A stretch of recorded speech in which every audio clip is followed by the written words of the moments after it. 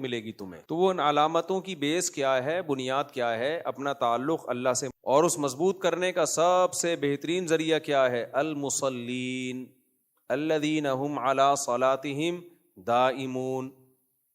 نماز کو پابندی سے پڑھنا شروع کرو. ہم میں سے سب لوگ نماز پڑھتے ہیں، کوئی جمعے میں پڑھ لیتا ہے، کوئی عید کی نماز پڑھتا ہے، کوئی آنکھ کھل گئی تو پڑھ لیتا ہے، نہیں کھلی تو نہیں پڑھتا. ہمارے محلے میں ایک صاحب تھے، ہم 20 25 30 سال، وہ ہمیشہ فجر کی دوسری رکعت میں پہنچا کرتے تھے.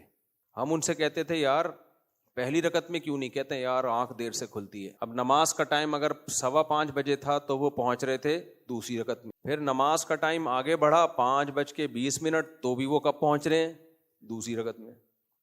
نماز 6 بجے ہوئی ہے تو بھی کب پہنچ رہے ہیں؟ یہ ہے آپ کو ہر مسجد میں ایسے لوگ، پہلی صف والے، آخری صف والے.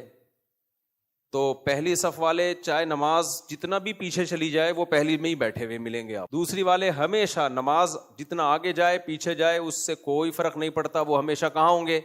دوسری میں ہی ہوں گے. ایک رکعت نکلنے والے کی ہمیشہ ایک رکعت نکلی ہوئی ہوگی فجر میں، اور کچھ گھروں میں اخپل طریقے سے پڑھ رہے ہوتے ہیں. تو اللہ تعالیٰ نے فرمایا کہ نہ الا المصلین، پابندی سے، دائمون. نماز کیسے ہوگی؟ کنٹینیوسلی، پابندی سے نماز.